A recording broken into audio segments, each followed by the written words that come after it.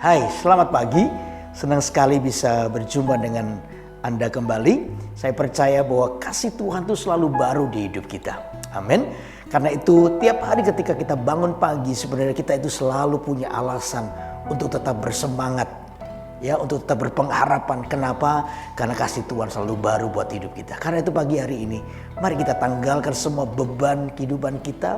Mari kita datang dengan ucapan syukur kepada Tuhan dengan kasih yang semakin dalam, yang semakin kuat, semakin lebar, bertumbuh dari hari demi hari kepada Tuhan. Kan mari kita siapkan hati kita nyanyikan satu lagu ini. Haleluya. Mari siapkan hati kita. Haleluya. Ku bawa kepadamu, oh Tuhan, persembahanku ini. Ku ingin Engkau menerima korban syukurku melalui pujian. Sekali lagi ku bawa kepadamu.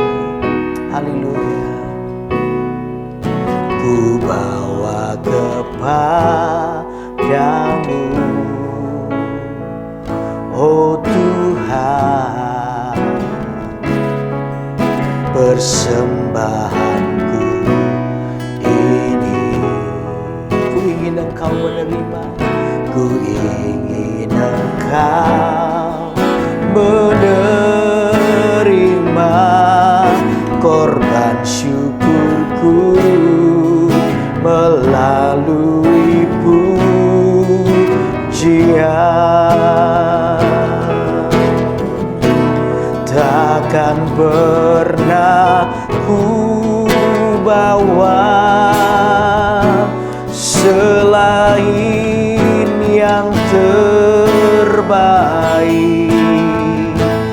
yang harum dan sejati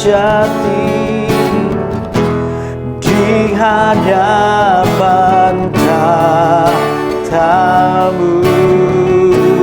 Yesusku, terimalah korban syukurku ini yang mengalir di hatiku sebagai penyembahanku. Mari bawa hati kita kepada Tuhan. Haleluya. Ku bawa kepadamu, oh Tuhan. Amin. Persembahanku ini. Ku ingin Engkau menerima korban syukurku melalui pujian. Takkan pernah ku bawa selain yang terbaik, takkan pernah ku bawa selain yang terbaik, yang harum dan sejati di hadapan tahtamu. Yesusku, terimalah korban syukurku ini yang mengalir di hatiku sebagai penyembahanku. Takkan pernah ku bawa selain yang, takkan pernah ku bawa selain yang terbaik, selain yang terbaik, yang harum dan sejati. Amin. Di hadapan takhta-Mu,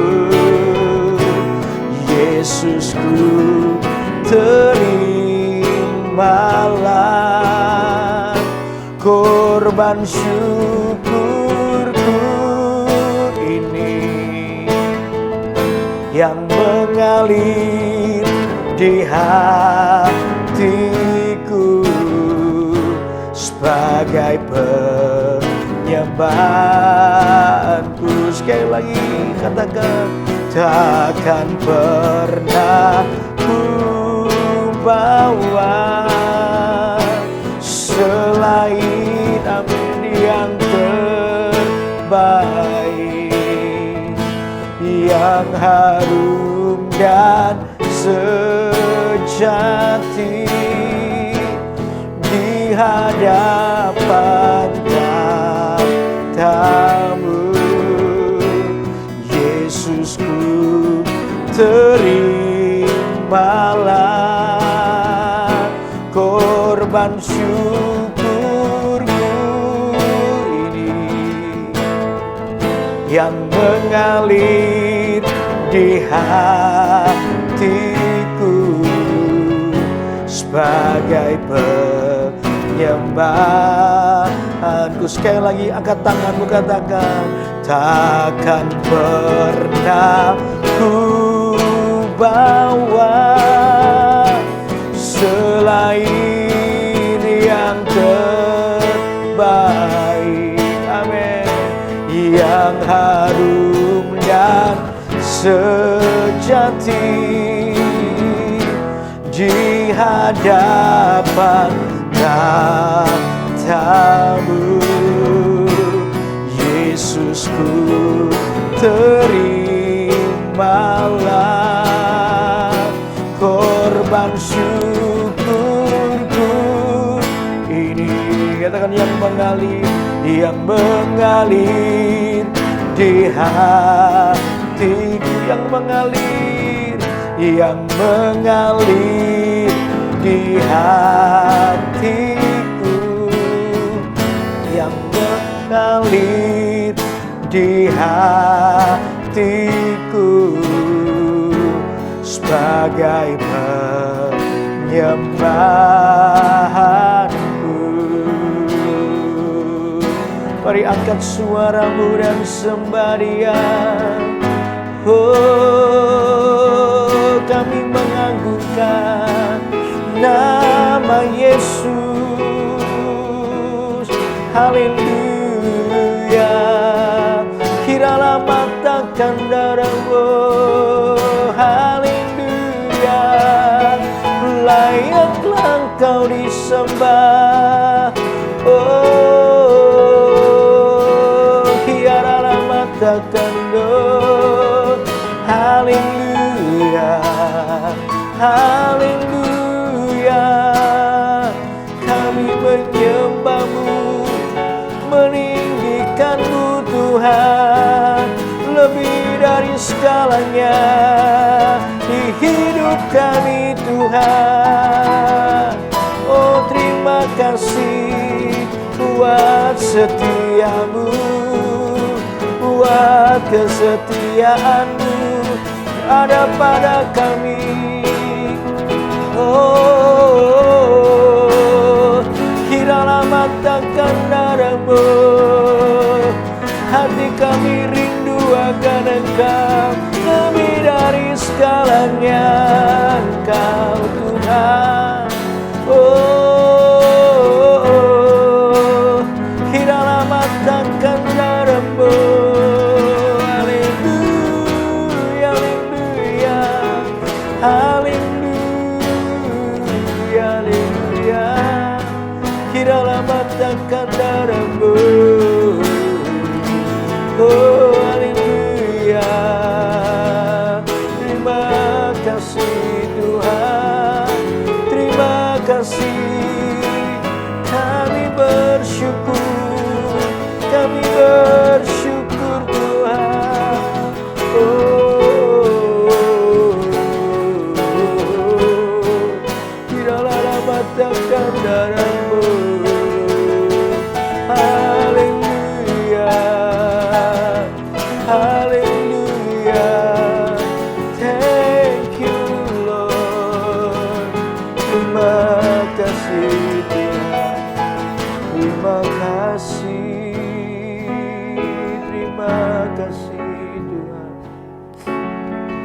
bersyukur pagi ini. Kau Allah yang setia di hidup kami Tuhan. Takkan pernah kami ditinggalkan, tak pernah kami merasa sendiri. Sebab Kau Allah yang menyertai kami dengan kesetiaan-Mu Tuhan. Kami bersyukur, kami bersyukur. Terima kasih Tuhan Yesus. Ora batakara batakara. Terima kasih ya Tuhan. Kami boleh terus berada di hadirat-Mu. Terima kasih Tuhan buat kesetiaan-Mu. Oh, pagi hari ini kami mau menaikkan syukur kami kepada-Mu.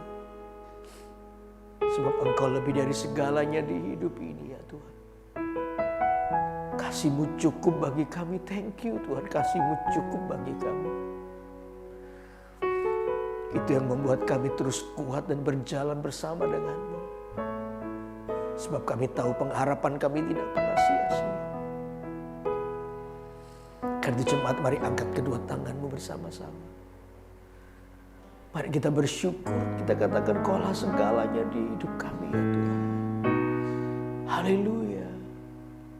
Kaulah segalanya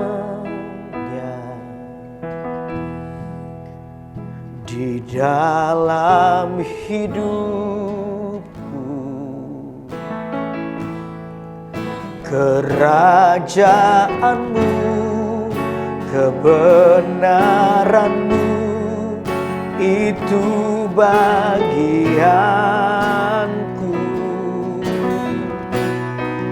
Kaulah yang kupandang selama hidupku. Mengasihi-Mu, memuliakan-Mu, Bapa dan Rajaku. Kaulah segalanya, Kaulah segalanya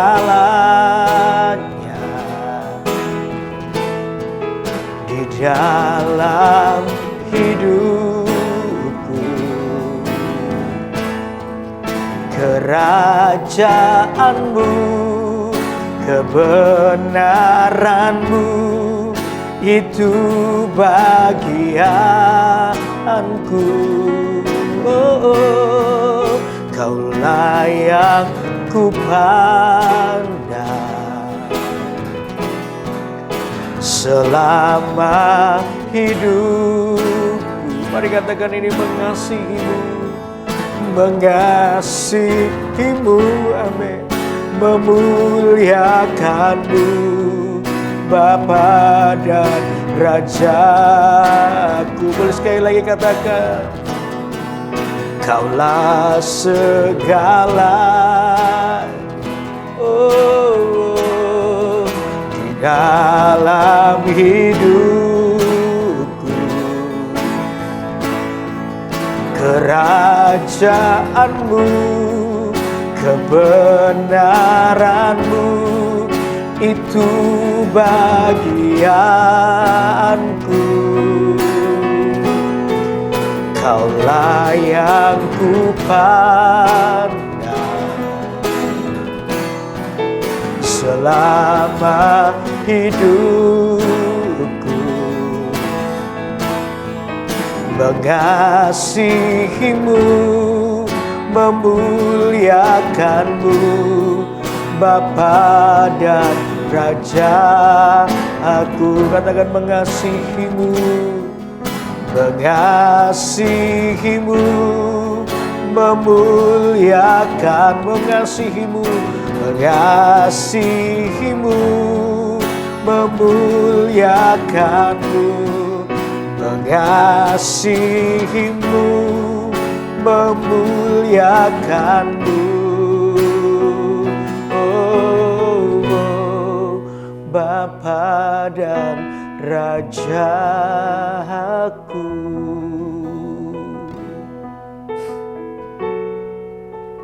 Tuhan, ajari kami untuk terus mengasihi-Mu. Dari hari demi hari biar kasih kami kepada Tuhan semakin besar. Meletakkan Engkau menjadi prioritas, menjadi segalanya di hidup kami. Melebihi segala sesuatu. Karena itu biar hati kami terus mencintai-Mu. Bukan karena sekedar mujizat.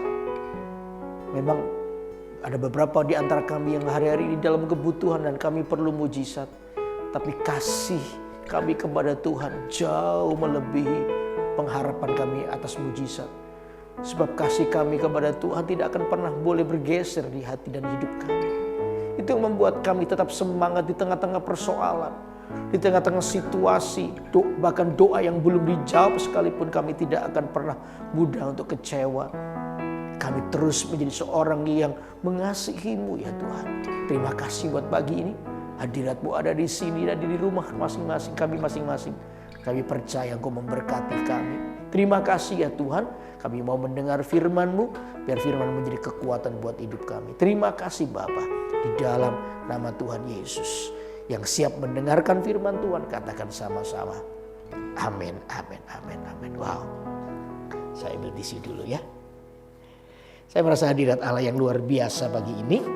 Dan saya percaya di rumah Anda pun Tuhan juga melawat hidup kita. Penting bagi kita untuk terus tinggal di dalam hadirat Tuhan.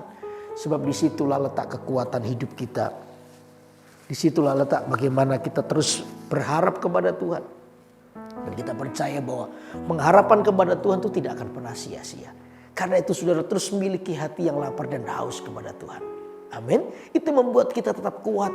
Itu membuat kita tetap diberi kemampuan untuk menjadi sabar di dalam banyak segala sesuatunya. Untuk itu saudara, sebelum kita akan melanjutkan, saudara, saya mau berdoa buat Anda. Ya, karena itu cepat masukkan permohonan doa Anda di live chat yang sudah dibuka. Nanti di ujung daripada acara Kerenungan Firman-Mu ini saya akan berdoa buat Anda. Dan saya percaya mujizat Tuhan masih terjadi sampai hari ini. Amin. Oke, untuk itu mari kita akan lanjutkan pembacaan Alkitab kita di dalam Amsal pasal yang ke-25 ayat yang ke-15. Amsal pasal 25 ayat 15 sampai dengan yang ke-28. Oke, saya akan bacakan buat saudara. Dengan kesabaran seorang penguasa dapat diyakinkan dan lidah lembut mematahkan tulang. Kalau engkau mendapat madu, makanlah secukupnya. Jangan sampai engkau terlalu kenyang dengan itu, lalu memuntahkannya.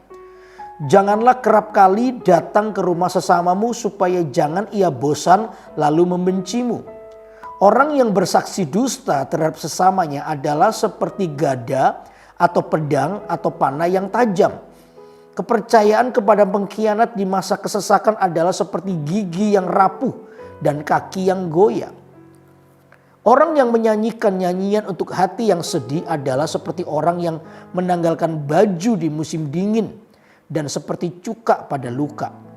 Jikalau seterumu lapar, berilah dia makan roti, dan jikalau ia dahaga, berilah dia minum air. Karena engkau akan menimbun bara api di atas kepalanya, dan Tuhan akan membalas itu kepadamu. Angin utara membawa hujan, bicara secara rahasia, muka marah. Lebih baik tinggal pada sudut soto rumah daripada diam serumah dengan perempuan yang suka bertengkar. Seperti air sejuk bagi jiwa yang dahaga, demikianlah kabar baik dari negeri yang jauh. Seperti mata air yang keruh dan sumber yang kotor, demikianlah orang benar yang khawatir di hadapan orang fasik. Tidaklah baik makan banyak madu, sebab itu biarlah jarang kata-kata pujianmu. Orang yang tak dapat mengendalikan diri adalah seperti kota yang roboh temboknya. Nah saudara, dari pembacaan Alkitab ini mari kita akan melihat satu topik. Ada banyak kebenaran yang bisa kita gali dari pembacaan ini. Tapi saya memilih satu topik, yaitu kesabaran menaklukkan kesukaran. Ya.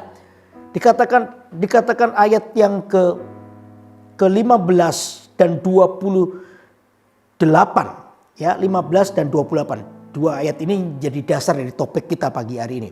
Dikatakan begini, ayat yang ke-15 ya. Dengan kesabaran seorang penguasa dapat diyakinkan dan lidah lembut mematahkan tulang. Dikatakan dengan kesabaran seorang penguasa dapat diyakinkan dan lidah lembut mematahkan tulang. Lalu dikatakan ayat yang ke-28 adalah begini. Orang yang tak dapat mengendalikan diri adalah seperti kota yang roboh temboknya. Dikatakan orang yang tak dapat mengendalikan diri adalah seperti kota yang roboh temboknya. Nah, perlu bagi kita untuk menjadi orang yang sabar. Saudara, kesabaran itu adalah salah satu buah roh yang Tuhan ingin kita miliki. Ya, kesabaran, apalagi di tengah-tengah masa kesukaran. Kesabaran di sini yang dimaksud bukan hanya terhadap sikap kita terhadap orang lain, bukan hanya itu, tetapi sikap kita terhadap situasi dan keadaan kita. Nah, sabar ini mari kita akan kupas arti kesabaran ini. Ya, apa yang akan kita lakukan di tengah-tengah masa yang penuh dengan kesukaran ini, supaya di masa-masa yang sukar Anda tetap sabar. Nah, sabar yang bagaimana? Nah, kita akan coba kupas ini dalam 3 hal ya. Yang pertama adalah coba ayat yang ke-16. Kita baca ayat 16, dikatakan begini. Kalau engkau mendapat madu, makanlah secukupnya. Jangan sampai engkau terlalu kenyang dengan itu. Lalu apa? Memuntahkannya. Lalu ayat 28, sekali lagi 28. Orang yang tak dapat mengendalikan diri adalah seperti kota yang roboh temboknya. Arti yang pertama dikatakan begini. Kalau engkau mendapat madu, makanlah secukupnya. Ya, madu itu baik buat kesehatan, tapi kalau kita terlalu banyak, maka dikatakan kita akan memuntahkannya. Jadi dikatakan nih, kalau engkau mendapat madu, makanlah secukupnya. Artinya apa? Kesabaran itu, poin 1 ya, kualitas kesabaran dibangun atas dasar penguasaan diri. Itu yang pertama. Jadi kualitas kesabaran, kalau Anda mau menjadi sabar, bangunlah kualitas kesabaran hidup kita itu dengan apa? Dengan mengendalikan diri. Ya, mengendalikan diri itu adalah buah roh juga yang ke-9. Ya, penguasaan diri. Di mana setiap kita ini menjadi orang yang bisa menguasai diri kita. Kenapa harus menguasai diri kita? Karena saudara, kita ini dipenuhi dengan banyak hawa nafsu, keinginan, ambisi, dan lain sebagainya. Nah, itu yang membuat kita itu kadang tidak bisa sabar. Untuk menanti waktunya Tuhan di hidup kita itu membuat kita tidak bisa sabar.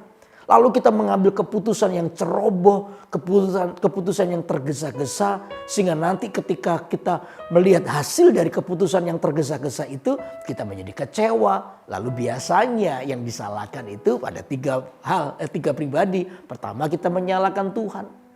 Kenapa Tuhan tidak memberkati kita? Kenapa Tuhan kok mengizinkan saya ada di sini? Ya, lalu yang kedua, kita mulai menyalahkan orang lain. Orang lain kita salahkan. Ya, gara-gara dia ini hati kita jadi benci terhadap orang lain. Lalu kita jadi marah terhadap orang lain. Lalu kita pingin balas tindakan orang lain. Ya, lalu yang ketiga, bahkan yang lebih dahsyat, yang lebih berbahaya adalah kita marah terhadap diri kita sendiri. Kita menolak diri kita sendiri. Kita tidak berdamai dengan diri kita sendiri. Lalu orang seperti ini kalau sudah kehilangan ya mencintai diri, artinya menganggap dirinya ini menjadi satu pribadi yang diciptakan Allah penuh dengan potensi. Begitu orang menolak itu, maka biasanya pikiran pendek akan muncul. Apa itu? Ya, mau bunuh diri lah. Merasa hidup tidak berarti. Potensi hidupnya tidak tergali dengan baik. Nah, ini yang berbahaya. Karena itu saudara, kesabaran itu harus dibangun di atas dasar apa? Mengendalikan diri. Nah, dari sinilah kita akan coba lihat, gali. Kesabaran di atas dasar mengendalikan diri itu maksudnya apa? Oke, yuk kita buka Alkitab kita di dalam Yakobus pasal 5 ayat 7. Yakobus 5 ayat 7. Ya. Yakobus 5 ayat 7 saya akan bacakan buat saudara. Karena itu saudara-saudara bersabarlah sampai kepada kedatangan Tuhan. Sesungguhnya petani menantikan hasil yang berharga dari tanahnya. Dan ia sabar sampai telah turun hujan musim gugur dan hujan musim semi. Alkitab itu menasihatkan buat kita, dikatakan begini. Karena itu saudara-saudara bersabarlah sampai kepada kedatangan Tuhan. Alkitab mengatakan buat kita untuk sabar.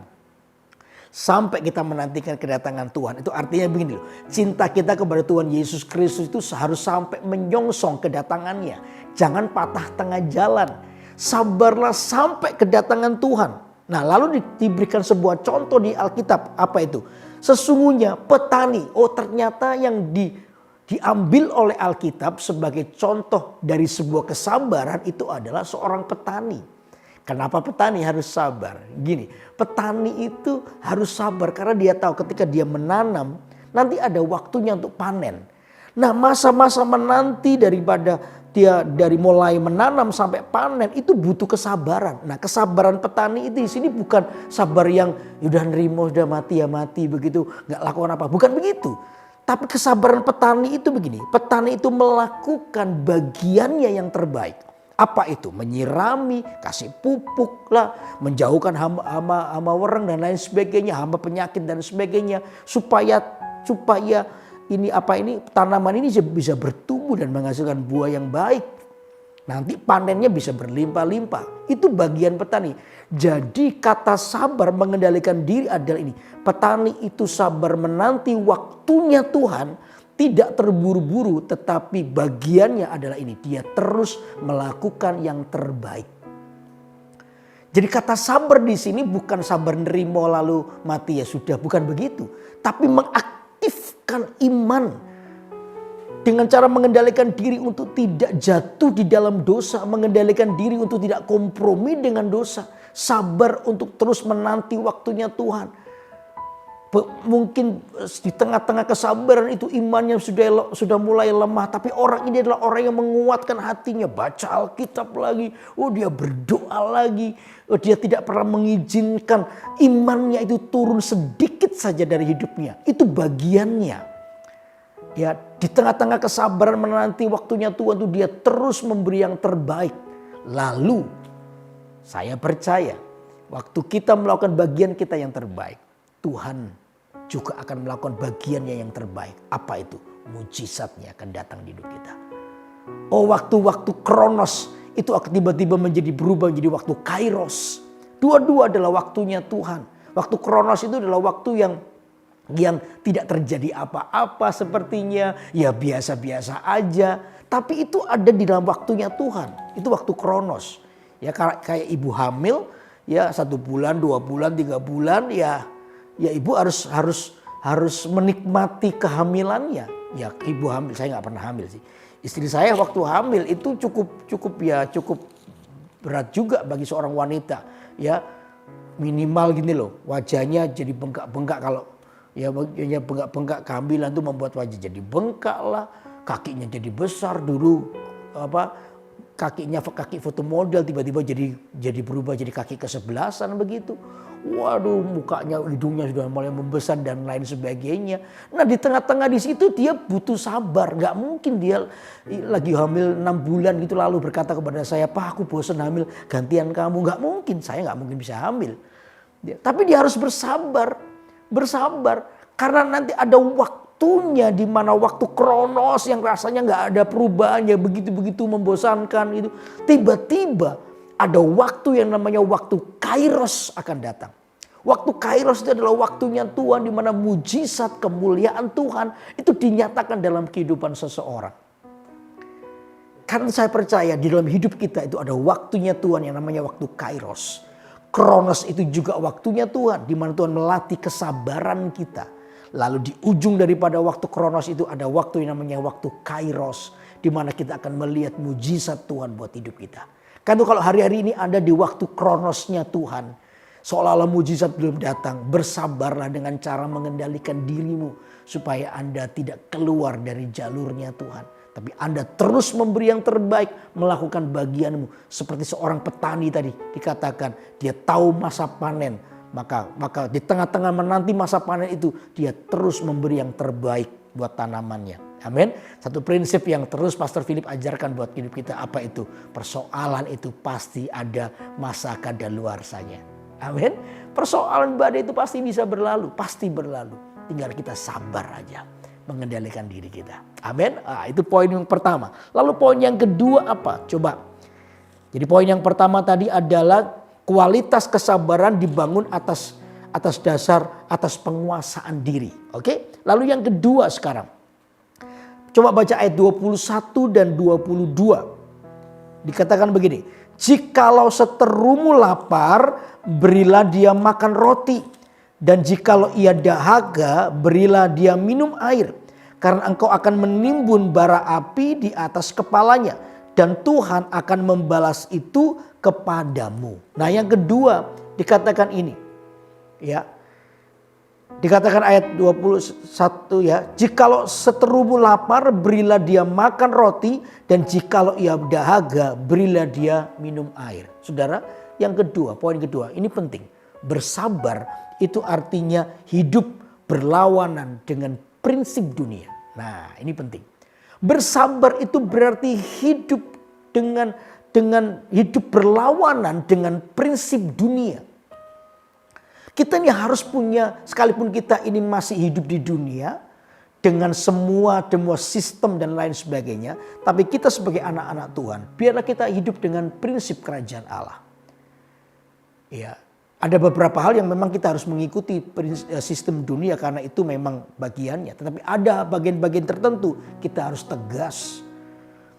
Ya, kalau orang dunia mengajar, kalau kamu disakiti balas jauh lebih dahsyat lagi. Air susu dibalas air ketuba, ya dibalas pakai air comberan juga lebih bagus. Itu prinsip dunia.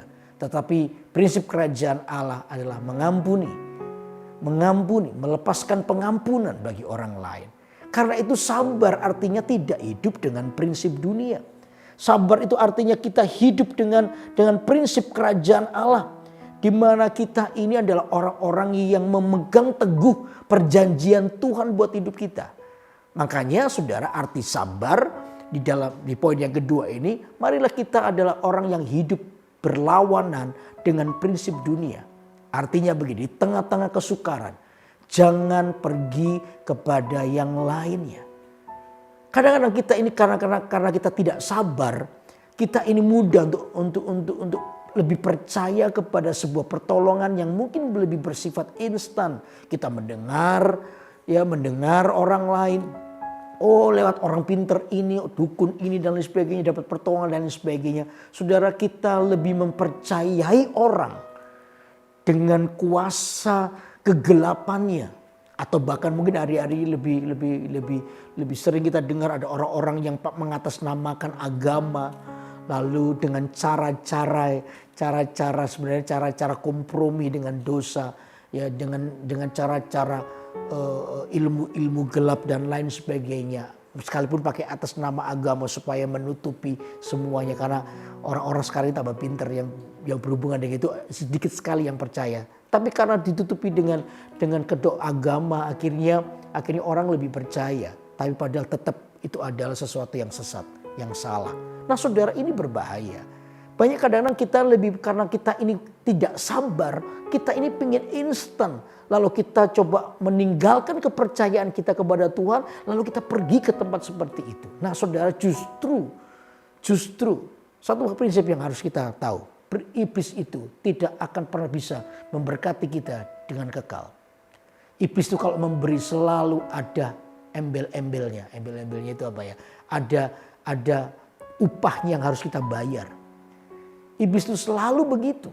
Tidak ada namanya kasih karunia di dalam prinsip iblis itu. Gak ada. Iblis tidak akan pernah memberkati kita dengan kekekalan. Tidak ada. Iblis itu selalu pingin nyawa kita karena dia ingin mencuri, membinasakan hidup kita. Karena itu jangan percaya kepada hal seperti itu. Sabarlah menanti di masa kesukaran Anda. Karena itu jangan kompromi. Ya, yang kedua, tidak berlaku curang. Tidak berlaku. Kadang-kadang orang pingin menolong dirinya di tengah-tengah persoalan, dia tidak sabar, lalu berusaha menolong dirinya sendiri dengan cara apa? Berlaku curang. menipu orang lain, itu tidak ada di prinsip kekristenan kita. Saudara, kebenaran itu tidak boleh ditawar. Baik atau tidak baik keadaanmu, kebenaran harus menjadi bagian yang mutlak di hidup kita. Amin. Bahkan hidup dalam kebenaran itu tidak boleh didikte oleh situasi Anda. Anda baik atau tidak baik, kebenaran harus menjadi hal yang harus kita lakukan. Karena itu yang akan menolong hidup kita. Amin. Karena itu jangan hidup dengan prinsip dunia. Lalu ini yang penting juga. Orang sabar itu adalah orang yang berhati-hati di dalam keputusan. Kemarin saya bilang tidak boleh sombong. Orang sombong itu adalah orang yang kehilangan sikap berjaga-jaganya. Karena apa? Dia meremehkan. Nah, begitu dia tidak berjaga-jaga, iblis mudah. Karena itu saudara, sabar itu artinya tidak tertipu dengan tipuan mata, dengan pandangan kita. Ada banyak orang gagal melihat ini. Mereka cuma tertipu oleh pandangan mata yang kelihatan baik. Belum tentu itu dari Tuhan. Karena itu jangan terburu-buru. Saudara, bawalah perkaramu kepada Tuhan. Ketika Anda mengalami sesuatu, bawalah kepada Tuhan. Lalu yang kedua, seperti sikap petani tadi. Ya, saudara, kasih yang terbaik di hidupmu buat Tuhan. Lalu saya percaya sejak hari itu Tuhan akan menuntun Anda langkah demi langkah. Dan saya percaya kemenangan itu pasti menyertai kita. Amin, amin. Karena itu yang kedua, artinya kesabaran itu artinya gini, kita hidup berlawanan dengan prinsip dunia. Lalu yang ketiga apa? Nah, sekarang kita baca ayat yang ke-24. Amsal pasal yang ke-25 ayat 24. Lebih baik tinggal pada sudut soto rumah daripada diam serumah dengan perempuan yang suka bertengkar. Apa artinya, saudara? Ini agak lucu. Saya waktu baca ini saya ketawa juga. Ya. Lebih baik tinggal pada sudut soto rumah. Alkitab itu ngomong lebih baik tinggal di sudut soto rumah. Soto rumah itu adalah bagian yang paling tinggi dari rumah. Lalu di sudutnya, jadi kasihan. Jadi tinggal sendirian di situ. Lebih baik tinggal di situ daripada diam serumah dengan perempuan yang suka bertengkar. Apa artinya ini? Nah, saudara, kesabaran dari ayat ini artinya gini. Mengalah itu indah. Artinya gini, saudara, lebih baik kita itu tinggal di sudut soto rumah daripada kita ini tinggal bersama dengan wanita yang suka bertengkar. Artinya bukan berarti lalu kita ikut bertengkar juga, itu bisa juga. Tapi lebih baik aku tinggal di soto rumah sendirian kayak menderita daripada aku ikut terpancing untuk bertengkar. Bisa seperti itu artinya. Artinya mengalah itu indah. Sabar yang ketiga itu artinya Anda mengalah. Dan mengalah itu indah. Mengalah itu berarti begini. Kalau Anda mengalah, Anda itu mengizinkan satu ini. Pembalasan kata Alkitab. Pembalasan itu haknya Tuhan. Mengalah itu kita memberi kesempatan bagi Tuhan untuk melakukan keadilan di hidup kita. Justru ketika Anda memperjuangkan keadilanmu dengan cara yang salah, ya, menjatuhkan orang lain lah dan lain sebagainya, dengan kejahatan dibalas dengan kejahatan, Anda justru juga akan mengalami sebuah kerugian besar di dalam hidup Anda. Karena itu ini penting. Kata bersabar itu berarti mengalah.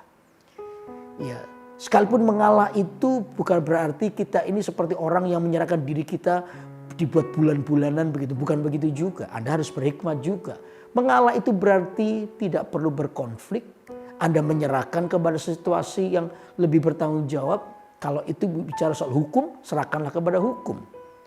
Ya, jangan Anda membalas dengan caramu yang salah. Bersabar itu di situ. Ya, kalau ada hal yang tidak perlu diladeni, sudah tinggal aja. Ya, daripada Anda keracunan untuk terus di dalamnya, lalu Anda bertengkar, lalu Anda ingin menjatuhkan orang lain. Itu yang membuat justru akar dosa itu muncul di hidup kita. Saya tahu ini tidak mudah.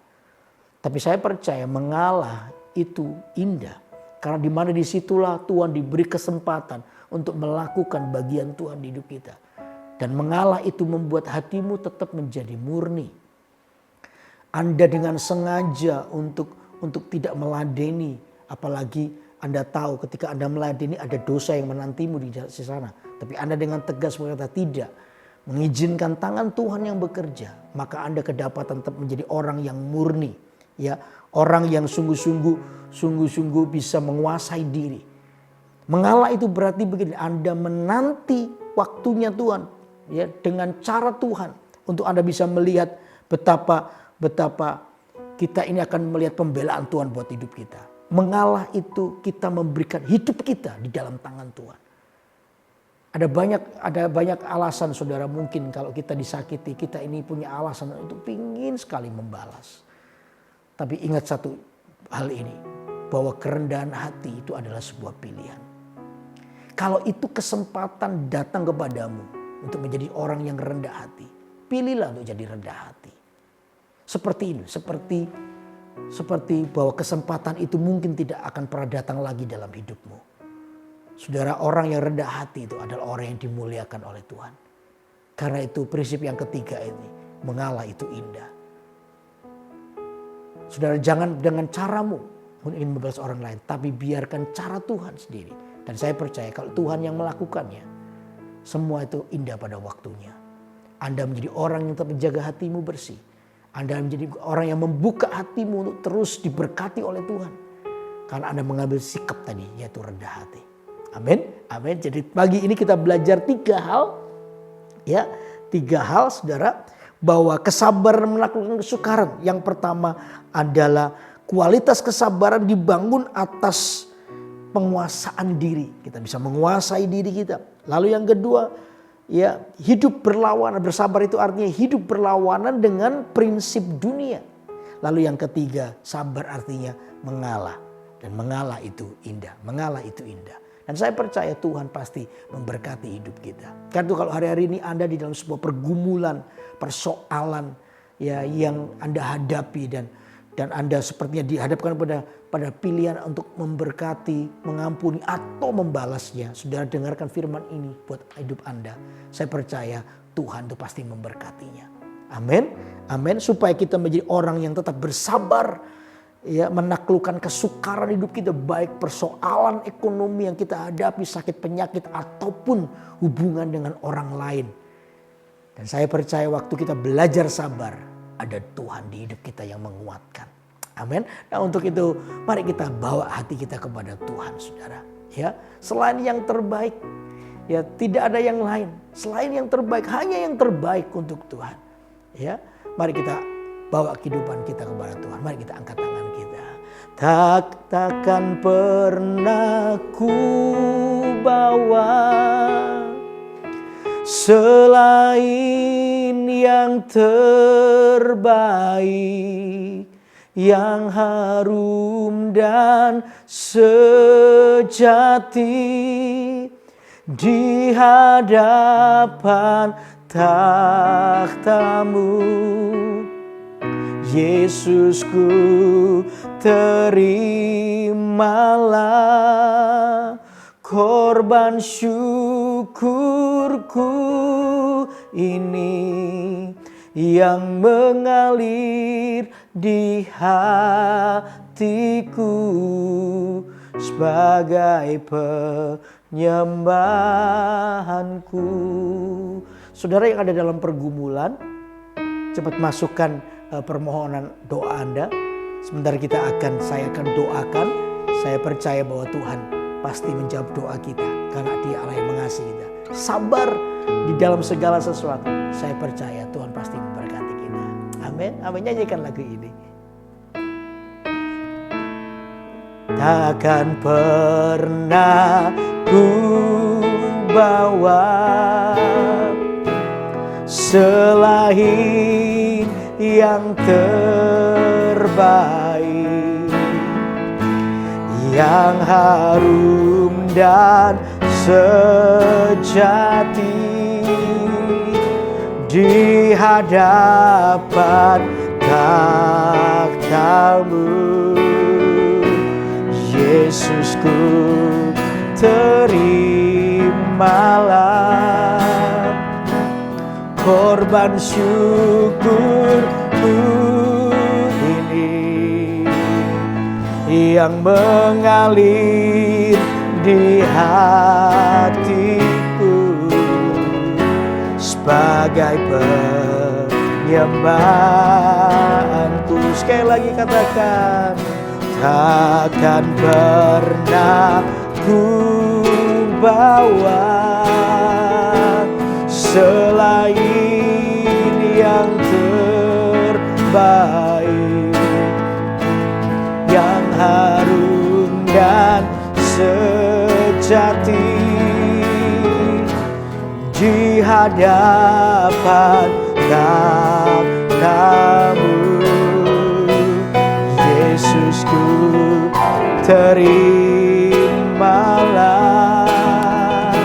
korban syukurku ini, yang mengalir di hati, yang mengalir di hatiku, yang mengalir di hatiku, sebagai penyembahanku. Sekarang kita akan berdoa untuk semua pergumulan doa yang sudah dinaikkan. Mari kita akan sungguh-sungguh bawa kehidupan kita kepada Tuhan. Yang pertama, saya mau berdoa bagi orang-orang yang hari ini Anda mengalami sebuah luka di dalam hatimu. Baik itu luka terhadap orang lain, bahkan mungkin ada beberapa orang yang terluka kepada Tuhan. Anda mulai merasa tidak dikasihi, merasa tidak diperhatikan oleh Tuhan. Doamu belum didengar sampai Anda pada titik di mana kesabaranmu mulai hilang. Dengar saya baik-baik. Saudara, Tuhan itu punya waktu. Tadi saya bilang ada waktu kronos dan ada waktu kairos. Mungkin hari ini Anda berada dalam waktu kronos. Waktu kronos itu adalah tetap waktunya Tuhan. Di mana Tuhan memperhatikanmu, ada waktu bagi Tuhan untuk melatih kesabaran kita. Karena itu perlu penguasaan diri. Perlu bagi kita untuk tidak hidup dalam prinsip dunia. Karena itu penting bagi kita untuk terus pegang perjanjian Tuhan buat hidup kita. Dan saya percaya di ujung dari waktu kronos ada waktu namanya waktu kairos. Di mana tiba-tiba mujizat datang. Waktu seperti tadi saya bilang, wanita hamil 1, 2 sampai 9 bulan dia harus sabar dengan waktu kronos itu. Tapi tiba-tiba ketika anak itu lahir, ada waktu yang namanya waktu kairos. Tiba-tiba kesusahan 9 bulan 10 hari itu dihibur oleh 1 hari. Di mana anak itu lahir sehat, kuat. Oh, hati ibu begitu bergembira, bersukacita, menggantikan penderitaan yang mungkin selama 9 bulan itu. Dan itu adalah sebuah mujizat di hidup kita. Ada waktu kairos akan datang buat hidup Anda. Karena itu jaga hatimu untuk tetap sabar menghadapi apapun. Amin. Kalau itu adalah Anda, saya akan berdoa buat Anda. Ya, angkatlah tanganmu di tempat Anda. Saya mau berdoa sekarang. Di dalam nama Tuhan Yesus, hamba berdoa untuk setiap tangan-tangan yang terangkat. Tuhan, Engkau menguatkan kami pagi ini. Engkau yang menguatkan hidup kami untuk kami boleh tinggal di dalam kesabaran, menanti kedatangan-Mu, menanti jawaban-Mu di hidup kami. Karena itu hamba berdoa ya Tuhan, di tengah-tengah masa yang sukar dan sulit ini. Hamba berdoa supaya iman pengharapan kami kepada Tuhan tidak luntur. Tidak menurun tapi menjadi bangkit dan semakin kuat, semakin hari semakin kuat. Hamba berdoa di dalam nama Yesus, Engkau yang menjamah hati kami, Engkau yang menguatkan kami di dalam nama Yesus, untuk kami menjadi orang yang mengasihi-Mu di hadirat Tuhan dengan sabar, menanti dengan tekun. Karena dari ketekunan itu kami boleh melihat mujizat-Mu datang di hidup kami. Karena hamba berdoa setiap tangan yang terangkat, Tuhan kuatkan hati kami. Lutut yang goyah ditegakkan, dikuatkan. Tangan yang terkulai ditegakkan kembali. Di dalam nama Yesus. Biar kami menjadi orang-orang yang kuat bersama dengan Engkau. Terima kasih Tuhan. Terima kasih Tuhan. Turunkan tangan Anda. Ada banyak permohonan doa yang sudah masuk. Ya, saya akan menumpangkan tangan di tablet saya ini. Dan saya berdoa supaya saya percaya mujizat Tuhan yang terjadi dalam kehidupan Anda. Oh, sekarang aku berdoa di dalam nama Yesus, di dalam nama Yesus. Oh, rabatakara, dalam nama Yesus. Ada orang-orang yang berdoa untuk orang-orang yang stres, orang-orang yang mengalami tekanan, ya bipolar, orang-orang yang kena penyakit jiwa di dalam hatinya. Berdoa sekarang di jiwanya. Hamba berdoa sekarang di dalam nama Yesus. minta damai sejahtera, ketenangan, sukacita daripada Allah melimpah. Apapun penyebabnya, dalam nama Yesus hari ini dipatahkan, dipulihkan di dalam nama Yesus. Setiap orang yang kena tekanan, depresi, stres dan lain sebagainya, Tuhan Kau yang memberikan kekuatan. Dalam nama Yesus, biar hadirat-Mu hari ini menjamah kami, menjamah hidup kami, sehingga kami boleh mengalami sebuah perubahan dan kesembuhan. Jiwa kami mengalami kesegaran, kesembuhan di dalam nama Yesus. Dan kami percaya Engkau sanggup melakukannya. Dalam nama Yesus, terima pemulihan daripada Allah pagi hari ini. Hamba berdoa untuk orang-orang yang sakit, bagi sakit yang di lutut, asma, COVID, ya COVID-19, ada beberapa orang yang kena penyakit ini. Hamba berdoa sekarang di dalam nama Yesus, I speak healing. Aku memperkatakan kesembuhan, penyakit keluar dari tubuh ini di dalam nama Yesus. Biar kesembuhan daripada Allah ada pada orang-orang yang sakit ini di dalam nama Yesus. Hari ini oleh karena bilur-bilur Yesus kami percaya kami telah disembuhkan, dan kami berdiri di atas kebenaran firman ini dan berkata kepada orang-orang yang sakit, jadilah sembuh di dalam nama Yesus, dalam nama Yesus. Dan juga untuk pemulihan keluarga. Oh, hamba berdoa ya Tuhan, dibatalkan segala bentuk keinginan untuk bercerai. Hamba berdoa Tuhan menjamah hati para suami, hati para istri yang berkeras untuk berada di dalam jalan yang salah. Hamba berdoa Tuhan Kau yang mengubah keluarga ini. Aku minta anggur baru dicurahkan atas keluarga demi keluarga, sehingga keluarga demi keluarga dipulihkan hidupnya di dalam nama Yesus. Hamba berdoa, terima kasih ya Tuhan, supaya komunikasi yang salah bisa diperbaiki dan dibangun di atas dasar cinta lagi. Kasih yang sudah mulai, cinta yang sudah mulai hilang, Tuhan hamba berdoa, pulihkan di hati kami. Untuk mereka memulai keluarga ini menjadi keluarga yang baru lagi dibentuk. Seperti baru lagi dibentuk, keluarga yang dimulai lagi bersama dengan Engkau. Terima kasih ya Tuhan, terima kasih. Aku berdoa juga untuk beberapa keluarga yang mengalami persoalan dalam pekerjaan.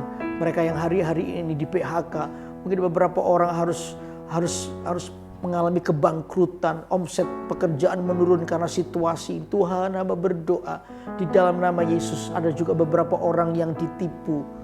Ada beberapa orang yang ada orang yang ditipu. Anda merasa dibohongi oleh teman bisnismu, dan hari ini Anda begitu marah, Anda terluka, dalam hatimu pingin membalas. Tapi pagi ini Anda mendengar khotbah ini, renungan pagi ini, dan Anda berkata, Tuhan ampuni hatiku. Tuhan mendengar doamu. Tuhan ingin memulihkan ekonomimu dengan cara Tuhan.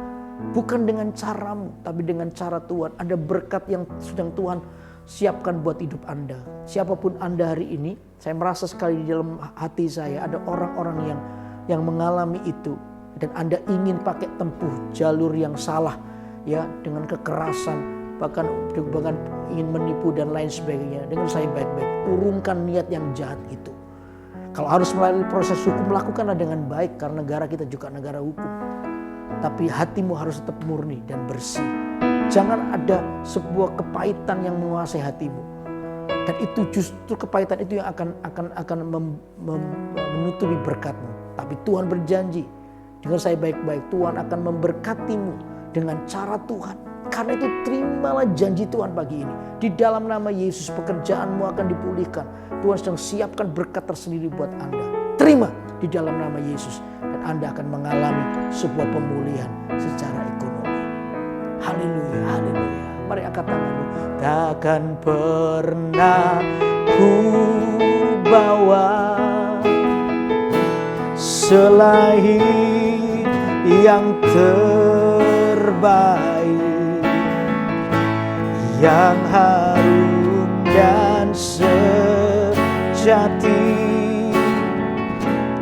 di hadapan takhta-Mu.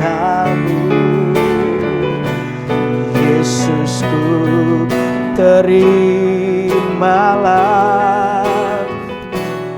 korban syukurku ini